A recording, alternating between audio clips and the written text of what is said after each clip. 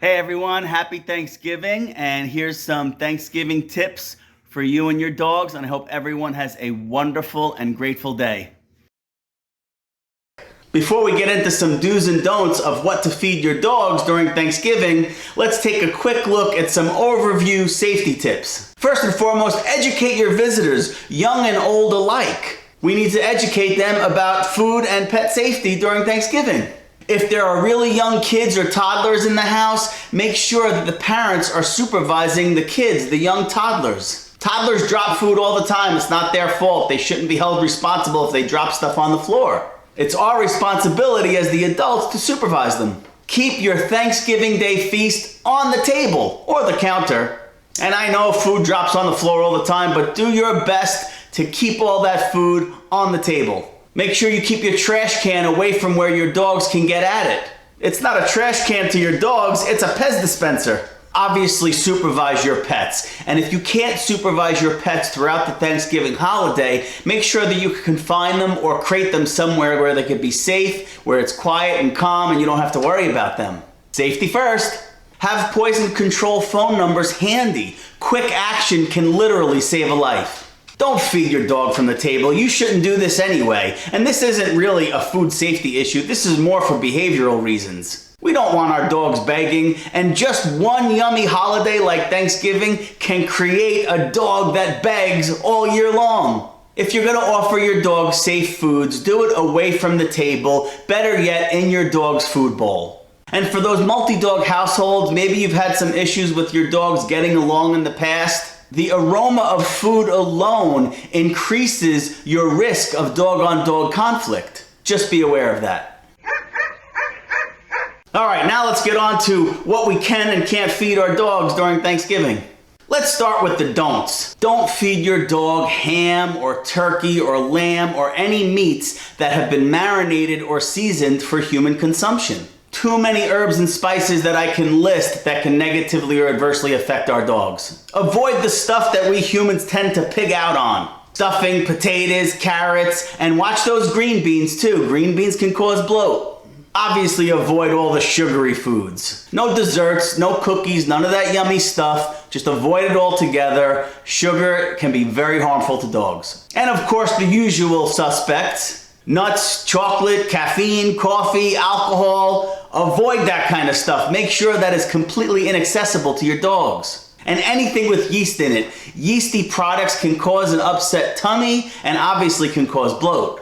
Especially for your deep-chested dog breeds. And the rule of thumb, the general rule of thumb, common sense. If you're unsure, just don't offer it to your dog.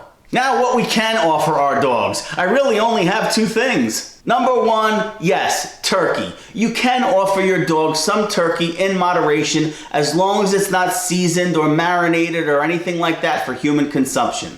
Plain turkey in moderation is perfectly safe for your dog. But remember, if your dog is not used to having food items like real meat, that alone can cause an upset tummy. So everything in moderation. And finally, the most underused food item that people give their dogs during Thanksgiving. Dog treats! If you really feel that bad that everybody's pigging out and your dog might feel left out, give her or him one of their yummiest food treats. Whether it's jerky or a recreational chew or some kind of higher value dog treat reward that they normally don't get, now's the time to offer it.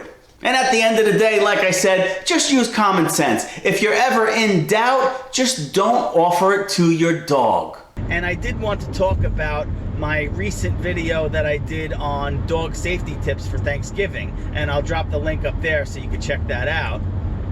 So I got a couple of comments, a couple of emails, a couple of replies on social media about the video that I did for dog safety for Thanksgiving. And one of the things that came up a couple of times was, why didn't I talk about bones when I was doing my dog safety tips video for Thanksgiving safety? And frankly, I just forgot. So that's the bottom line. I just forgot, which is why I wanted to do this quick video. I forgot, and also it's common sense to me not to give my dogs cooked bones. So it just didn't really enter my mind when I was doing my video plan. So, faux pas on my part, I apologize. And the problem is, you know, admittedly, what's common sense to me may not be common sense to other people, especially if it's a new dog owner and they're just learning the ropes about, you know, how to be a good pet guardian. So I did want to throw this out there. Absolutely under no circumstances should you give your dog cooked bones. You shouldn't.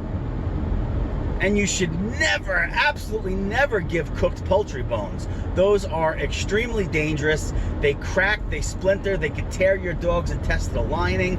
Really dangerous for dogs to have any kind of cooked poultry bones.